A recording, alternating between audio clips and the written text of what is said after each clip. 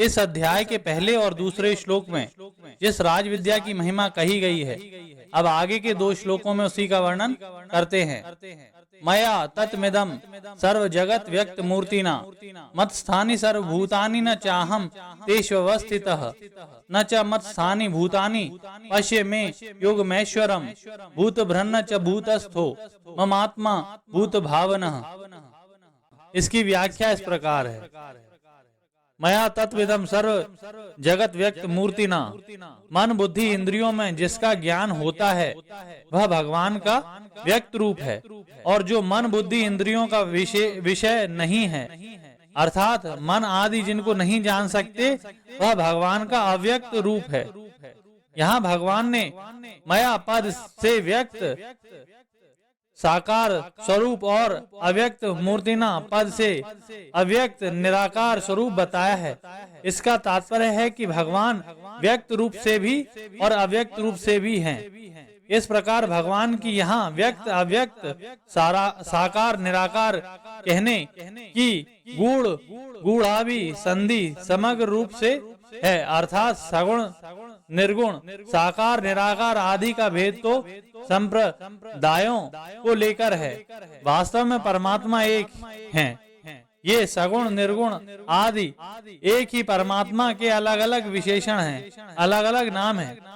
गीता में जहाँ सत असत शरीर शरीरी का वर्णन किया गया है वहाँ जीव के वास्तविक स्वरूप के लिए आया है येन सर्वमिदं ततम, क्योंकि यह परमात्मा का साक्षात अंश होने से परमात्मा के समान ही सर्वत्र व्यापक है, अर्थात परमात्मा के साथ इसका अभेद है।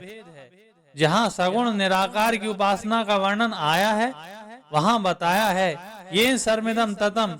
जहाँ कर्मों के द्वारा भगवान का पूजन बताया है वहाँ भी कहा है येन सर्वमिदं ततम। इन सब के साथ एकता करने के लिए ही भगवान यहाँ कहते हैं मया तत्मिदं सर्वम मत स्थानि सर्वभूतानि, संपूर्ण प्राणी मेरे में स्थित हैं, अर्थात परा अपरा प्रकृति रूप सारा जगत मेरे में ही स्थित है। वह मेरे को छोड़कर रह ही नहीं सकता, कारण कि संपूर्ण प्राणी मेरे से ही उत्पन्न होते हैं, मेरे में ही स्थित रहते हैं और मेरे में ही लीन होते हैं, अर्थात उनका उत्पत्ति स्थिति और प्रलय रूप जो कुछ परिवर्तन होता है वह सब मेरे में ही होता है। अतः वे सब प्राणी मेरे में स्थित हैं। न चाहम तेष्वस्थितः। पहले भगवान ने 2 बातें कही। पहली मया तत्मिदं सर्व जगत व्यक्त मूर्तिना, और दूसरी मत स्थानि सर्वभूतानि। अब भगवान इन दोनों बातों के विरुद्ध 2 बातें कहते हैं। पहली बात मैं संपूर्ण जगत में स्थित हूँ के विरुद्ध यहाँ कहते हैं कि मैं उनमें स्थित नहीं हूँ, कारण कि यदि मैं उनमें स्थित होता तो उनमें जो परिवर्तन होता वह परिवर्तन मेरे में भी होता, उनका नाश होने से मेरा भी नाश होता और उनका अभाव होने से मेरा भी अभाव होता। तात्पर्य कि उनका तो परिवर्तन नाश और अभाव होता है परंतु मेरा किंचित मात्र भी विकृति नहीं आती। मैं उनमें सब तरह से व्याप्त रहता हुआ भी उनमें निर्लिप्त हूँ, उनसे सर्वथा संबंध रहित हूँ। मैं तो निर्विकार रूप से अपने आप में स्थित हूँ, वास्तव में मैं उनमें स्थित हूँ। ऐसा कहने का तात्पर्य यह है कि मेरी सत्ता से ही उनकी सत्ता है, मेरे होने से ही उनका होनापन है। यदि मैं उनमें ना होता तो जगत की सत्ता ही नहीं होती, जगत का होनापन तो मेरी सत्ता से ही दिखता है। इसलिए कहा है कि मैं उनमें स्थित हूँ। न चा मत स्थानि भूतानि। अब भगवान दूसरी बात संपूर्ण प्राणियों में स्थित हैं के विरुद्ध यहाँ कहते हैं कि वे प्राणी मेरे में स्थित नहीं है, कारण कि अगर मैं प्राणी मेरे में स्थित होते तो मैं जैसा निरंतर निर्विकार रूप से ज्यों का त्यों रहता हूँ वैसे संसार भी निर्विकार रूप से ज्यों का त्यों रहता। मेरा कभी उत्पत्ति विनाश नहीं होता तो संसार की भी उत्पत्ति विनाश नहीं होता। एक देश मैं हूँ और एक देश मैं नहीं हूँ, एक काल में हूँ और एक काल में नहीं हूँ, एक व्यक्ति में हूँ और एक व्यक्ति में नहीं हूँ। ऐसी परिच्छिन्नता मेरे में नहीं है तो संसार में भी ऐसी परिच्छिन्नता नहीं होती। तात्पर्य है कि निर्विकारता, नित्यता, व्यापकता, अविनाशीपन आदि जैसे मेरे में है वैसे ही उन प्राणियों में भी होते, परंतु ऐसी बात नहीं है। मेरी स्थिति निरंतर रहती है और उनकी स्थिति निरंतर नहीं रहती। तो इससे सिद्ध हुआ कि मेरे में स्थित नहीं है। अब उपर्युक्त विधि परक और निषेध परक चारों बातों को दूसरी रीति से इस प्रकार समझें। संसार में परमात्मा है और परमात्मा में संसार है, तथा परमात्मा संसार में नहीं है और संसार परमात्मा में नहीं है। जैसे अगर तरंग की सत्ता मानी जाए तो तरंग में जल है और जल में तरंग है, कारण कि जल को छोड़कर तरंग रह ही नहीं सकती। तरंग जल में से ही पैदा होती है, जल में ही रहती है और जल से में ही लीन हो जाती है। अतः तरंग का आधार आश्रय केवल जल ही है, जल के बिना उसकी कोई स्वतंत्र सत्ता नहीं है। इसलिए तरंग में जल है और जल में तरंग है। ऐसा ही संसार की सत्ता मानी जाए तो संसार में परमात्मा है और परमात्मा में संसार है, कारण कि परमात्मा को छोड़कर संसार रह ही नहीं सकता। संसार परमात्मा से ही पैदा होता है, परमात्मा में ही रहता है और परमात्मा में ही लीन हो जाता है। परमात्मा के सिवाय संसार की स्वतंत्र सत्ता नहीं है, इसलिए संसार परमात्मा और परमात्मा में संसार है। अगर तरंग उत्पन्न और नष्ट होने वाली होने से तथा जल के सिवाय उसकी स्वतंत्र सत्ता न होने से तरंग की सत्ता न मानी जाए तो न तरंग में जल और न जल में तरंग है, अर्थात केवल जल ही जल है। जल ही तरंग रूप से देख रहा है। ऐसे ही संसार उत्पन्न और नष्ट होने वाला होने से तथा परमात्मा के सिवाय उसकी स्वतंत्र सत्ता न होने से संसार की सत्ता न मानी जाए तो न संसार में परमात्मा है और न परमात्मा में संसार है, अर्थात केवल परमात्मा ही परमात्मा है और परमात्मा ही संसार रूप में दिख रहे हैं। तात्पर्य यह हुआ कि जैसे तत्व से एक जल ही है, तरंग नहीं, ऐसे ही तत्व में एक परमात्मा ही है, संसार नहीं है। वासुदेवः सर्वम। अब कार्य कारण की दृष्टि से देखें तो जैसे मिट्टी से बने हुए जितने बर्तन हैं उन सब में मिट्टी ही है, क्योंकि वे मिट्टी से ही बने हैं, मिट्टी में ही रहते हैं और मिट्टी में ही लीन होते हैं, अर्थात उनका प्रभाव, उनका आधार मिट्टी ही है। इसलिए बर्तनों में मिट्टी है और मिट्टी में बर्तन है, परंतु वास्तव में देखा जाए तो बर्तनों में मिट्टी और मिट्टी में बर्तन नहीं है। अगर बर्तनों में मिट्टी होती तो बर्तनों के मिटने पर मिट्टी भी मिट जाती, परंतु मिट्टी मिटती नहीं है। अतः मिट्टी मिट्टी में ही रही, अर्थात अपने आप में स्थित रही। ऐसे ही अगर मिट्टी में बर्तन होते तो मिट्टी के रहने पर बर्तन हरदम रहते, परंतु बर्तन हरदम नहीं रहते, इसलिए मिट्टी में बर्तन नहीं है। ऐसा ही संसार परमात्मा और परमात्मा में संसार रहते हुए भी संसार में परमात्मा और परमात्मा में संसार नहीं है, कारण कि अगर संसार में परमात्मा होते तो संसार के मिटने पर परमात्मा भी मिट जाते, परंतु परमात्मा मिटते नहीं है, इसलिए संसार में परमात्मा नहीं है। परमात्मा तो अपने आप में स्थित है, ऐसे ही परमात्मा में संसार नहीं है। अगर परमात्मा में संसार होता तो परमात्मा के रहने पर संसार भी रहता, परंतु संसार नहीं रहता, इसलिए परमात्मा में संसार नहीं है। पश्ये मैं योग महेश्वरम, मैं संपूर्ण जगत में और संपूर्ण जगत मेरे में होते हुए भी संपूर्ण जगत मेरे में नहीं है और मैं संपूर्ण जगत में नहीं हूँ, अर्थात मैं संसार में सर्वथा निर्लिप्त हूँ। पश्य क्रिया के दो अर्थ होते हैं, जानना और देखना। जानना बुद्धि से और देखना नेत्रों से होता है। भगवान के योग को जानने की बात यहाँ आई है और उससे देखने की बात 11वें अध्याय के 8वें श्लोक में आई है। भूत भ्रन्न च भूतस्थो ममात्मा भूत भावना। मेरा जो स्वरूप है वह संपूर्ण प्राणियों को पैदा करने वाला, सबको धारण करने वाला तथा सबको भरण पोषण करने वाला है, परंतु मैं उन प्राणियों में स्थित नहीं हूँ, अर्थात मैं उनके आश्रित नहीं हूँ, उनमें लिप्त नहीं हूँ। इसी बात को भगवान ने 15वें अध्याय के 17वें श्लोक में कहा कि क्षर और अक्षर दोनों से उत्तम पुरुष तो अन्य ही हैं, जिसको परमात्मा नाम से कहा गया है और जो संपूर्ण लोकों में व्याप्त होकर सबका भरण पोषण करता हुआ सबका शासन करता है। तात्पर्य यह हुआ कि जैसे मैं सबको उत्पन्न करता हुआ और सबको भरण पोषण करता हुआ भी अहंता ममता से रहित हूँ और सब में रहता हुआ भी उनके आश्रित नहीं हूँ, उनसे सर्वथा निर्लिप्त हूँ। ऐसे ही मनुष्य को चाहिए कि वह कुटुंब परिवार का भरण पोषण करता हुआ और सबका प्रबंध संरक्षण करता हुआ उनमें अहंता ममता न करे और जिस किसी देश काल परिस्थिति में रहता हुआ भी अपने को उनके आश्रित न माने, अर्थात सर्वथा निर्लिप्त रहे। भक्त के सामने जो कुछ परिस्थिति आए, जो कुछ घटना घटे, मन में जो कुछ संकल्प विकल्प आए, उन सब में उसको भगवान की ही लीला देखनी चाहिए। भगवान ही कभी उत्पत्ति की लीला, कभी स्थिति की लीला और कभी संहार की लीला करते हैं। यह सब संसार स्वरूप से तो भगवान का ही रूप है और उसमें जो परिवर्तन होता है वह सब भगवान की ही लीला है। इस तरह भगवान उनकी लीला को देखते हुए भक्त को हरदम प्रसन्न रहना चाहिए। सब कुछ परमात्मा का ही है। इस बात को खूब गहरा उतार कर समझने से साधक को इसका यथार्थ अनुभव हो जाता है। यथार्थ अनुभव होने की कसौटी यह है कि अगर उसकी कोई प्रशंसा करे तो उस अपना सिद्धांत बहुत अच्छा है, यदि तो उसको अपने में बड़प्पन का अनुभव नहीं होना चाहिए। संसार में कोई आदर करे या निरादर करे, इसका भी साधक पर असर नहीं होना चाहिए। अगर कोई कह दे कि संसार नहीं है और परमात्मा है, यह तो आपकी कोरी कल्पना है और कुछ नहीं है आदि, तो ऐसी कांट छांट से साधक को किंचित मात्र भी बुरा नहीं लगना चाहिए।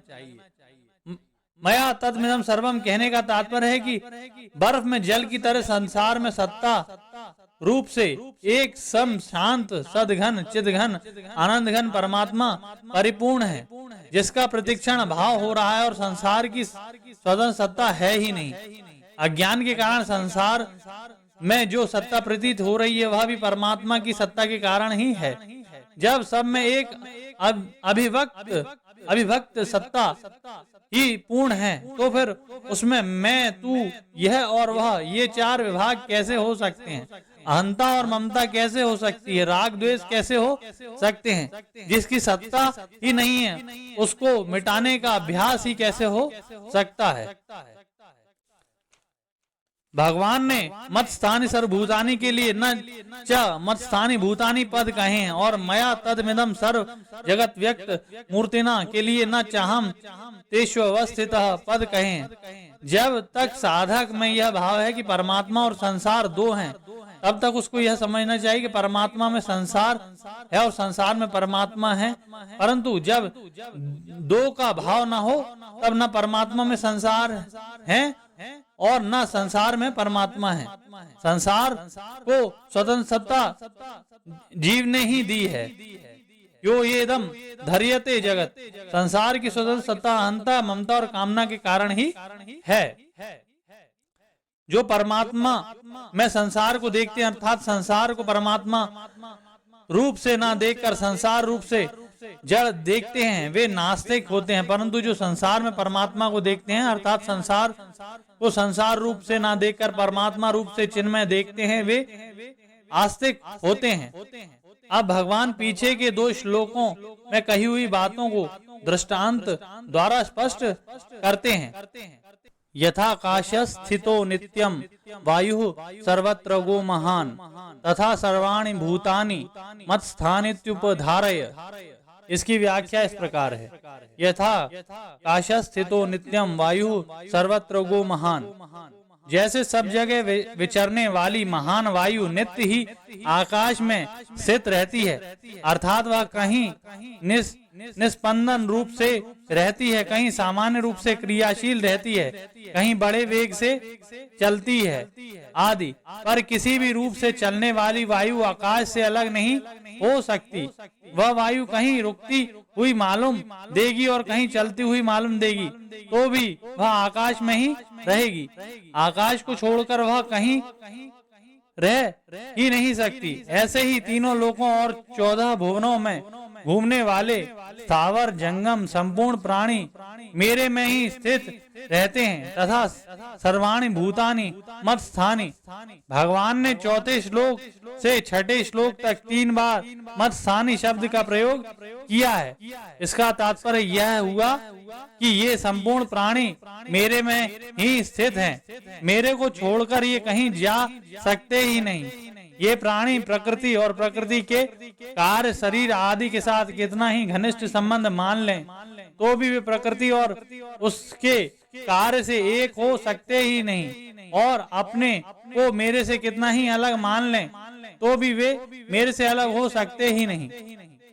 वायु को आकाश में नित्य स्थित बताने का तात्पर्य यह है कि वायु आकाश में कभी अलग हो ही नहीं सकती। वायु में यह किंचित मात्र भी शक्ति नहीं है कि वह आकाश से अलग हो जाए, क्योंकि आकाश के साथ उसका नित्य निरंतर घनिष्ठ संबंध अर्थात अभिन्नता है।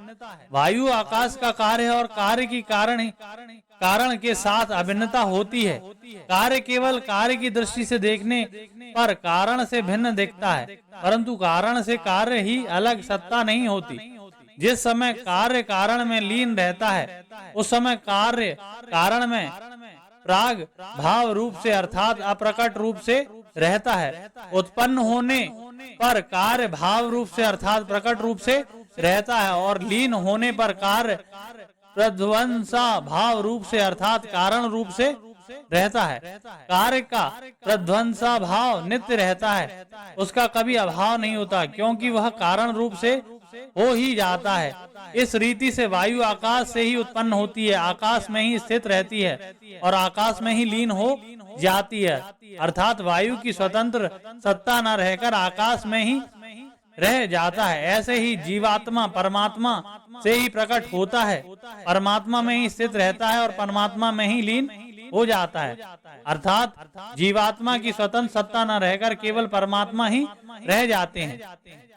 जैसे वायु गतिशील होती है अर्थात सब जगह घूमती है, ऐसे ही यह जीवात्मा गतिशील नहीं होता, परंतु जब यह गतिशील प्रकृति के कार्य शरीर के साथ अपनापन कर लेता है तब शरीर की गति इसको अपनी गति दिखने लग जाती है। गतिशीलता देखने पर भी यह नित्य निरंतर परमात्मा में ही स्थित रहता है। इसलिए दूसरे अध्याय के 24वें श्लोक में भगवान ने जीवात्मा को नित्य सर्वगत अचल स्थाणु और सनातन बताया। यहाँ शरीरों की गतिशीलता के कारण इसको सर्वगत बताया है, अर्थात यह सब जगह विचरने वाला दिखता हुआ भी अचल और स्थाणु है। यह स्थिर स्वभाव वाला है और इसमें हिलने डुलने की क्रिया नहीं है। इसलिए भगवान यहाँ कह रहे हैं कि सब प्राणी अटल रूप से नित्य निरंतर मेरे में ही स्थित हैं। तात्पर्य हुआ कि तीनों लोकों और 14 भुवनों वाले जीव की परमात्मा से भिन्न किंचित मात्र भी स्वतंत्र सत्ता नहीं है और हो सकती भी नहीं। अर्थात इस सब योनियों में घूमते रहने पर भी वे नित्य निरंतर परमात्मा के सच्चिदानंद घन स्वरूप में ही स्थित रहते हैं, परंतु प्रकृति के कार्य के साथ अपना संबंध मानने से इसका अनुभव नहीं हो रहा है। अगर यह मनुष्य शरीर में अपनापन न करें, मैं मेरापन न करें, तो इनको असीम आनंद का अनुभव हो जाए। इसलिए मनुष्य मात्र को चेतावनी देने के लिए यहाँ भगवान कहते हैं कि तू मेरे में नित्य निरंतर स्थित हो, फिर मेरी प्राप्ति में परिश्रम और देरी किस बात की। मेरे को अपनी स्थिति न मानने से और न जानने से ही मेरे से दूरी प्रतीत हो रही है।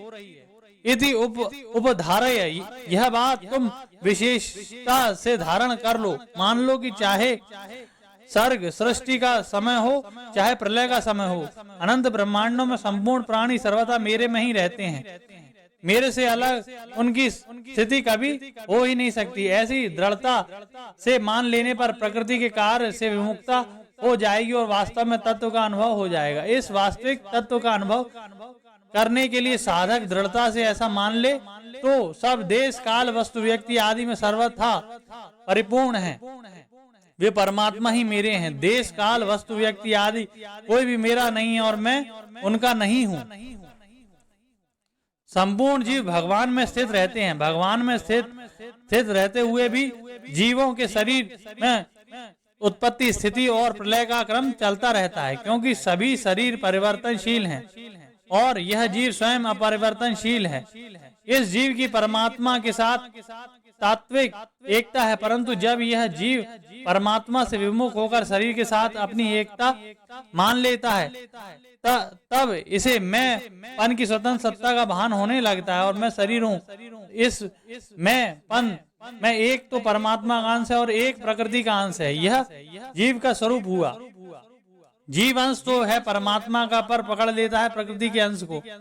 इस मैंपन में जो प्रकृति का अंश है वह स्वतः ही प्रकृति की तरफ खींचता है, परंतु प्रकृति के अंश के साथ तादात्म्य होने से परमात्मा का अंश जीव उस खिंचाव को अपना खिंचाव मान लेता है और मुझे सुख मिल जाए, धन मिल जाए, भोग मिल जाए, ऐसा भाव कर लेता है।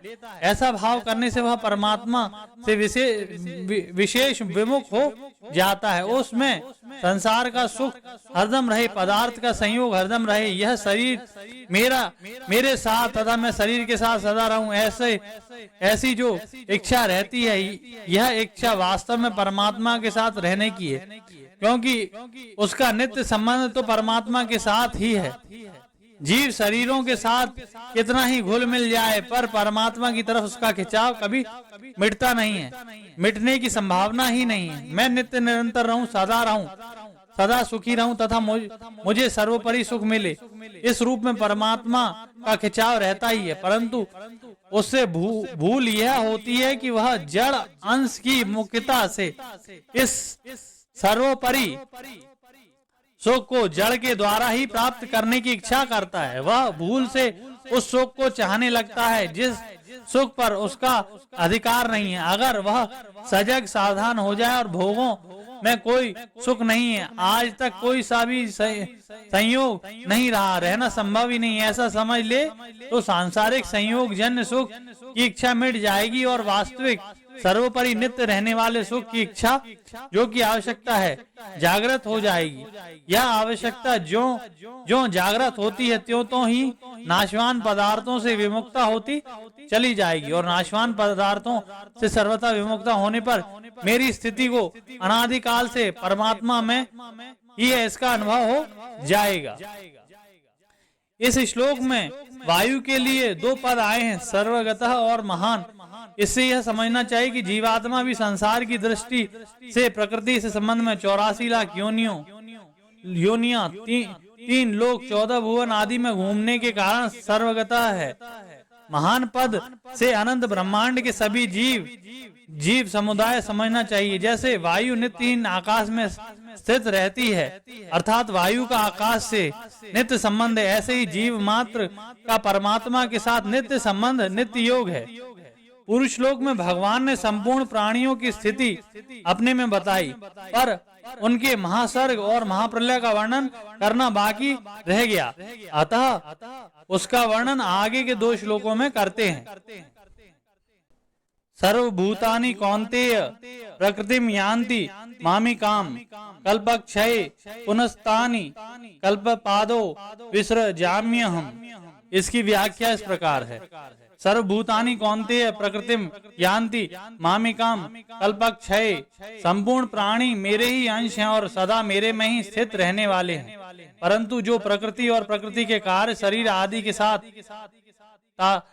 तादात्म्य मैं मेरेपन का संबंध करके जो कुछ भी कर्म करते हैं, उन कर्मों का उनके फलों के साथ उनका संबंध जुड़ जाता है, जिससे वे बार बार जन्मते मरते रहते हैं।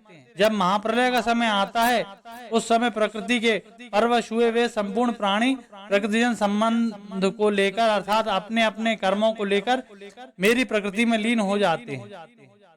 महासर्ग के समय प्राणियों का जो स्वभाव होता है, उसी स्वभाव को लेकर वे महाप्रलय में लीन हो जाते हैं।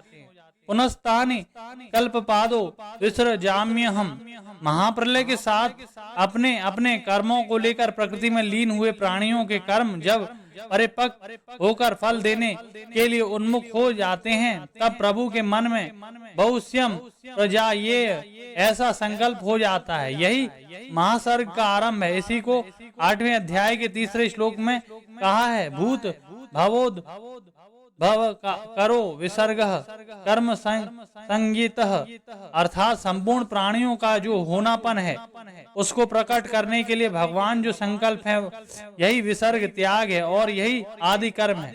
14वें अध्याय में इसी को गर्भ दधाम्यहम और अहम बीज प्रदः पिता। तात्पर्य यह हुआ कि कल्पों के आदि अर्थात महासर्ग में आदि में ब्रह्मा जी के प्रकट होने पर मैं पुनः प्रकृति में लीन हुए, प्रकृति के परवश हुए उन जीवों तथा उनके कर्मों के अनुसार उन योनियों के साथ विशेष संबंध करा देता हूँ। यह मेरा उनको रचना है। इसी को भगवान ने 4थे अध्याय के 13वें श्लोक में कहा है, चतुर्वर्ण्य मया सृष्टम गुण कर्म विभागशः, अर्थात मेरे द्वारा गुणों और कर्मों के विभाग पूर्वक चारों वर्णों की रचना की गई है। ब्रह्मा जी के एक दिन का नाम कल्प है, जो मानवीय 1000 चतुर्युगी का होता है। इतने ही समय की ब्रह्मा जी की एक रात होती है। इस हिसाब से ब्रह्मा जी की आयु 100 वर्ष की होती है। ब्रह्मा जी की आयु समाप्त होने पर जब ब्रह्मा जी लीन हो जाते हैं, उस महाप्रलय को यहाँ कल्पक्षय पद से कहा गया है। जब ब्रह्मा जी पुनः प्रकट होते हैं तो उस महासर्ग को यहाँ कल्प पादो पद से कहा गया है। यहाँ सर्वभूतानि प्रकृति म्यांति महाप्रलय में जो जीव स्वयं प्रकृति को प्राप्त होते हैं और तानि कल्प पादो विसृजामि महासर्ग के आदि में उनकी रचना करता हूँ। ये 2 प्रकार की क्रियाएं देने का तात्पर्य है कि क्रियाशील होने से प्रकृति स्वयं लय की तरफ जाती है, अर्थात क्रिया करते करते थकावट होती है तो प्रकृति का परमात्मा में लय होता है। ऐसी प्रकृति के साथ संबंध रखने से महाप्रलय के समय प्राणी भी स्वयं प्रकृति में लीन हो जाता है और प्रकृति परमात्मा में लीन हो जाती है। महासर्ग के आदि में इसको परिपक्व कर्मों का फल देकर उनको शुद्ध करने के लिए मैं उनके शरीर की रचना करता हूँ। रचना उन्हीं प्राणियों की करता हूँ जो कि प्रकृति के परवश हुए हैं। जैसे मकान का निर्माण तो किया जाता है पर वह धीरे धीरे स्वतः गिर जाता है, ऐसे ही सृष्टि की रचना तो भगवान करते हैं पर प्रलय स्वतः होता है। इससे सिद्ध हुआ कि प्रकृति के कार्य की रचना तो भगवान का हाथ होता है पर प्रकृति का कार्य हाथ की तरफ स्वतः जाता है। ऐसे ही भगवान का अंश होने के कारण जीव स्वतः भगवान की तरफ उत्थान की तरफ जाता है, परंतु जब वह कामना ममता आसक्ति करके स्वतः पतन हास की तरफ जाने वाले नाशवान शरीर संसार के साथ अपना संबंध मान लेता है तब वह पतन की तरफ चला जाता है। इसलिए मनुष्य को अपने विवेक को महत्व देकर तत्परता से अपना उत्थान करना चाहिए, अर्थात कामना ममता आसक्ति का त्याग करके केवल भगवान के ही सम्मुख हो जाना चाहिए। सृष्टि में 3 बातें मुख्य हैं, उत्पत्ति स्थिति और प्रलय। साधक की दृष्टि संसार की स्थिति की तरफ ही रहती है, इसलिए पहले पूर्व श्लोक में स्थिति की बात कहकर अब भगवान इस श्लोक में उत्पत्ति और प्रलय की बात कहते हैं। तात्पर्य की उत्पत्ति स्थिति और प्रलय तीनों ही समग्र परमात्मा से होते हैं। वास्तव में संसार की स्थिति ही है ही नहीं, अपितु उत्पत्ति और प्रलय के प्रभाव को ही स्थिति कह देते हैं। तात्विक दृष्टि से देखें तो संसार की उत्पत्ति भी नहीं है, अपितु प्रलय ही प्रलय अर्थात अभाव ही अभाव है। अतः संसार का प्रलय अभाव अथवा वियोग ही मुख्य है।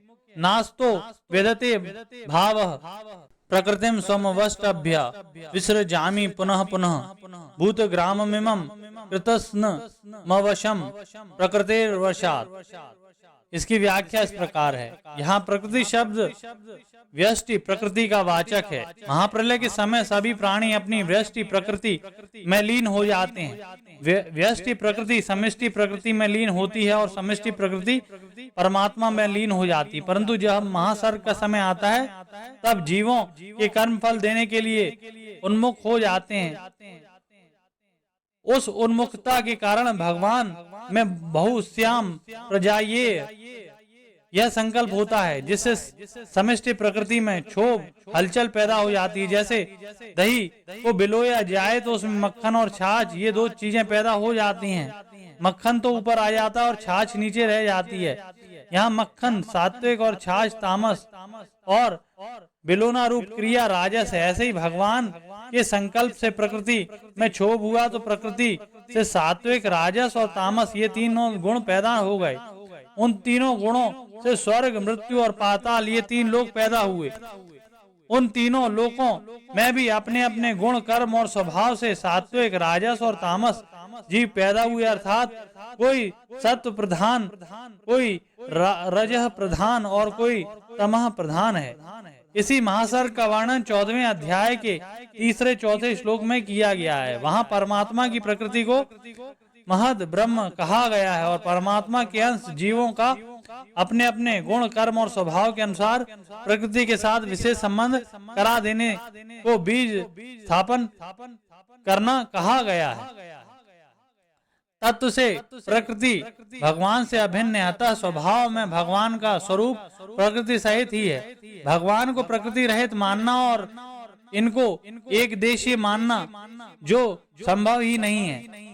अवांश प्रकृति वशात परा प्रकृति अर्थात स्वयं सर्वथा स्वतंत्र है। विजातीय अपरा प्रकृति के साथ संबंध जोड़ने से ही परतंत्र हुआ है, अन्यथा वह परतंत्र हो सकता ही नहीं। गुणों का संग होना ही परतंत्रता है। कारणम गुण संगोस्य सदसो निजमसु, जो प्रकृति के वश में है उन्हीं प्राणियों की भगवान बार बार रचना करते हैं। जो प्रकृति के वश में नहीं है उनकी रचना नहीं होती।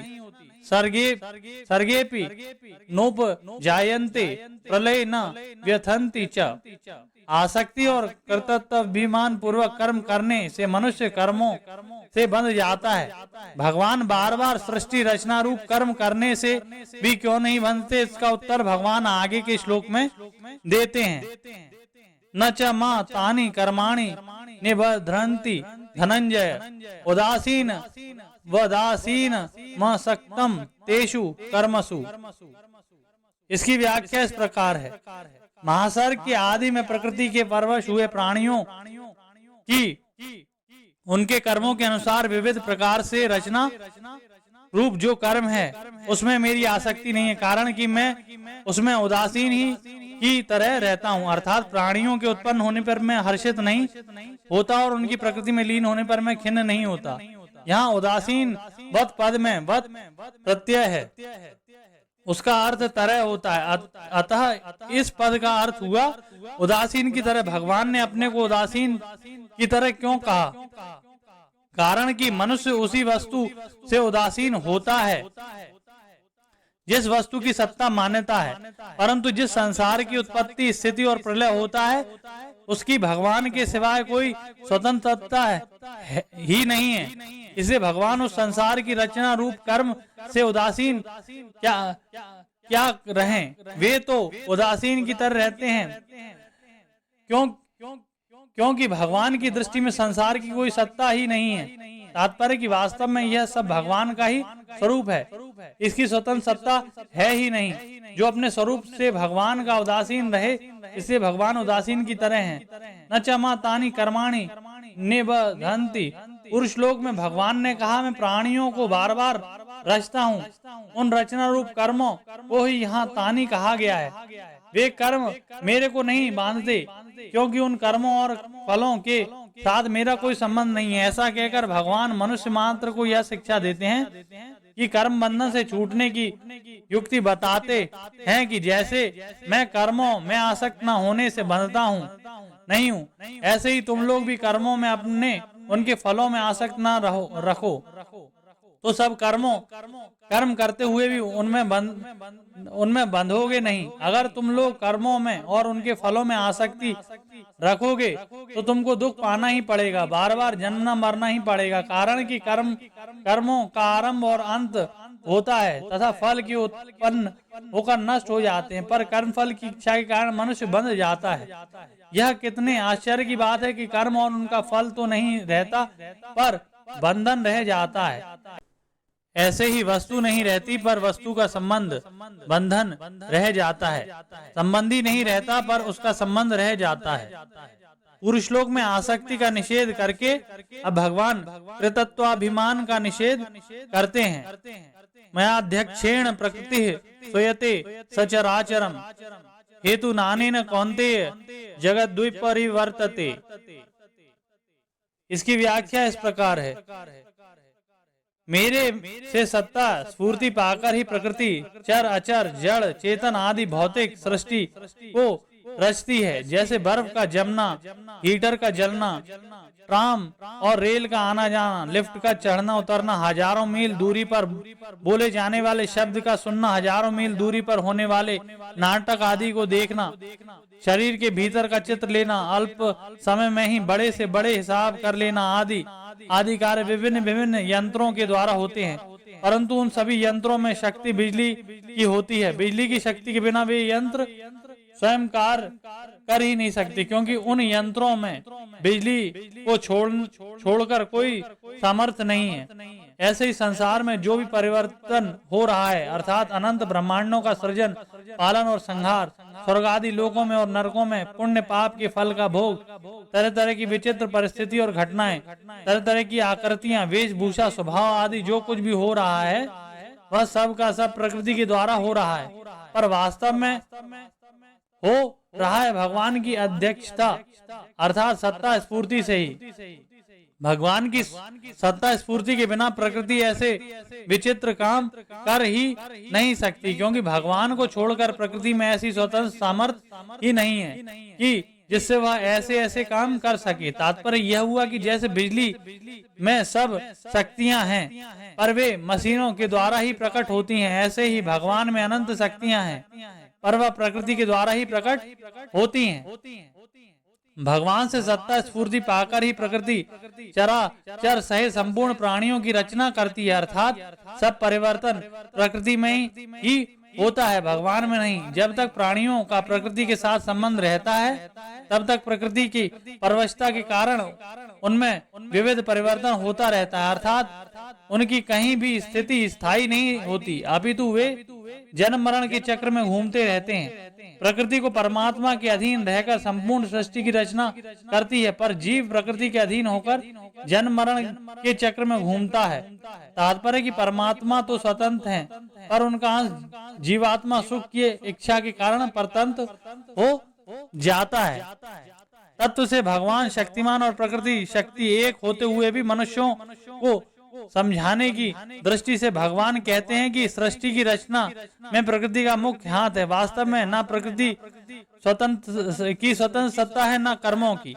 अगर भगवान और उनकी प्रकृति को अलग अलग देखें तो संसार का उपादान कारण प्रकृति है और निमित्त कारण भगवान है, क्योंकि संसार रूप से भगवान परिणत नहीं होते, अपितु प्रकृति परिणत होती है। परंतु भगवान और उनकी प्रकृति को एक देखें तो भगवान संसार से अभिन्न निमित्तोपादान कारण है। 7वें अध्याय के आरंभ में भगवान परा ने परा और अपरा प्रकृति के स्वरूप का वर्णन किया और यहाँ उनके कार्य का वर्णन किया जो भगवान की लीला है। तात्पर्य कि 7वें अध्याय में परा अपरा का वर्णन मुख्य और यहाँ परा अपरा के मालिक का वर्णन मुख्य है। इस अध्याय में भगवान की लीला प्रभाव ऐश्वर्य विशद वर्णन है, जिससे साधक का भगवान में प्रेम हो जाए, वह मुक्ति में अटके नहीं। जो नित्य निरंतर अपने आप में स्थित रहते हैं, जिसके आश्रय से प्रकृति घूम रही है और संसार मात्र का परिवर्तन हो रहा है, ऐसे परमात्मा की तरफ दृष्टि न डालकर जो उल्टे चलते हैं, उनका वर्णन आगे के 2 श्लोकों में करते हैं। अब जानान्ति मां मूढ़ा मानुषी तनु माश्रितम परम भाव म जानंतो मम भूत महेश्वरम। इसकी व्याख्या इस प्रकार है, जिसकी सत्ता स्फूर्ति पाकर प्रकृति अनंत ब्रह्मांडों की रचना करती है, चर अचर स्थावर जंगम प्राणियों को पैदा करती है, जो प्रकृति और उनके कार्य मात्र का संचालन प्रवर्तक शासक और संरक्षक हैं, जिसकी इच्छा के बिना वृक्ष का पत्ता भी नहीं हिलता। प्राणी अपने कर्मों के अनुसार जिन जिन लोकों में जाते हैं, उन लोकों में प्राणियों पर शासन करने वाले जितने देवता हैं, उनका भी जो ईश्वर मालिक हैं और जो सबको जानने वाला है, ऐसा वह मेरा भूत महेश्वर रूप सर्वोत्कृष्ट भाव है। परम भावम कहने का तात्पर्य है कि मेरे सर्वोत्कृष्ट प्रभाव को अर्थात करने में, न करने में और उलटफेर करने में जो सर्वथा स्वतंत्र है, जो कर्म क्लेश विपाक आदि किसी भी विकार से कभी आबाद नहीं है, जो क्षर से अतीत और अक्षर से भी उत्तम है तथा वेदों और शास्त्रों में पुरुषोत्तम नाम से प्रसिद्ध है, ऐसे मेरे परम भाव को मूढ़ लोग नहीं जानते। इससे वे मेरे को मनुष्य जैसा मानकर मेरी अवज्ञा करते हैं। भगवान को मनुष्य मानना मानुषी तनुमाश्रितम।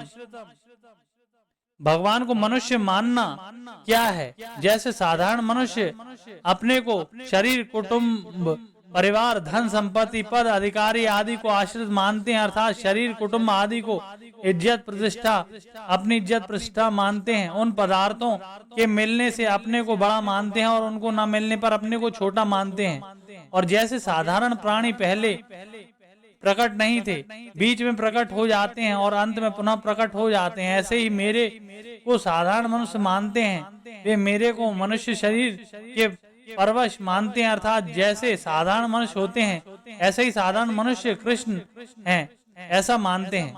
भगवान शरीर के आश्रित नहीं होते। शरीर के आश्रित तो वे ही होते हैं जिनको कर्म फल भोग के लिए पूर्वकृत कर्मों के अनुसार शरीर मिलता है, परंतु भगवान का मानवीय शरीर कर्मजन्य नहीं होता। वे अपनी इच्छा से प्रकट होते हैं। इच्छया तव पुषः और स्वतंत्रता पूर्वक मत्स्य, कश्यप, वराह आदि अवतार लेते हैं। इसलिए उनको ना तो कर्म बंधन होता है और ना वे शरीर के आश्रित होते हैं, अपितु शरीर उनके आश्रित होता है। प्रकृतिम स्वमधिष्ठाय स्वभवामि, अर्थात वे प्रकृति को अधिकृत करके प्रकट होते हैं। तात्पर्य यह हुआ कि सामान्य प्राणी तो प्रकृति के परवश होकर जन्म लेते हैं तथा प्रकृति में आश्रित होकर ही कर्म करते हैं, पर भगवान स्वेच्छा से स्वतंत्रता से अवतार लेते हैं और प्रकृति भी उनकी अध्यक्षता में काम करती है।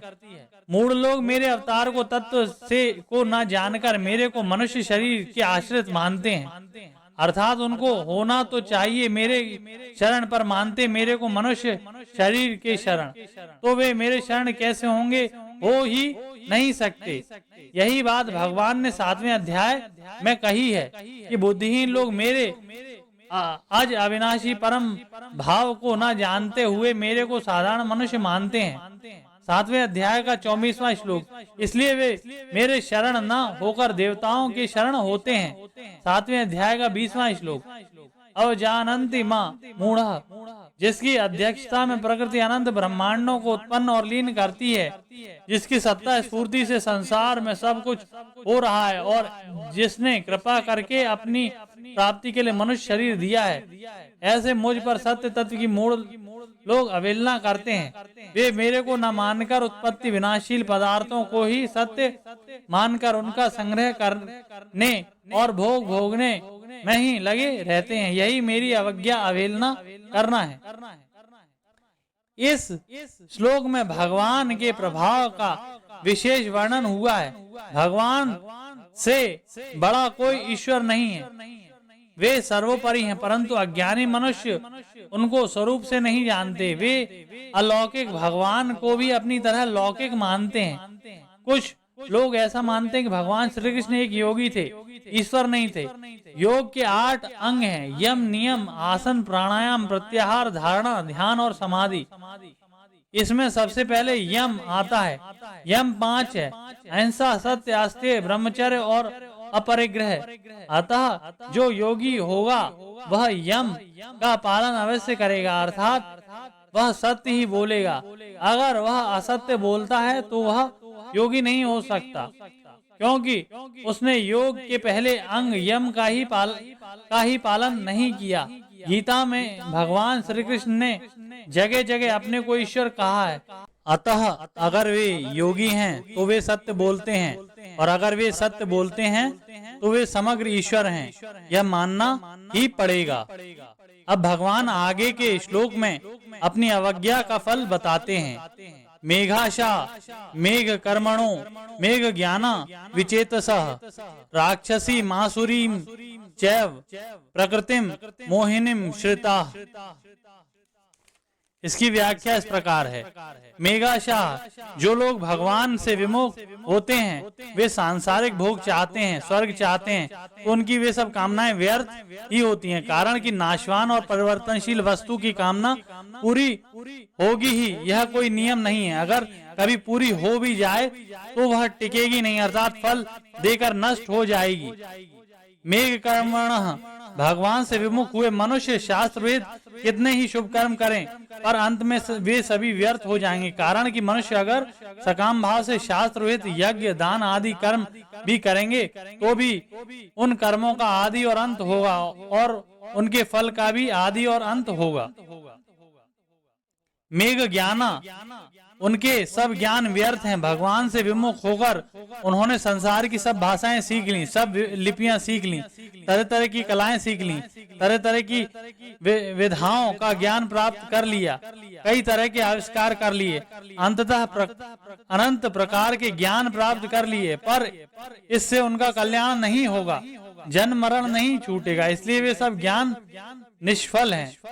जैसे हिसाब करते समय एक अंक की भी भूल हो जाए तो हिसाब कभी सही नहीं आता, सब गलत हो जाता है। ऐसे ही जो भगवान से विमुख हो गए, वे कुछ भी ज्ञान संपादन करें सब गलत होगा और पतन की तरफ ही ले जाएगा। विचेतसः,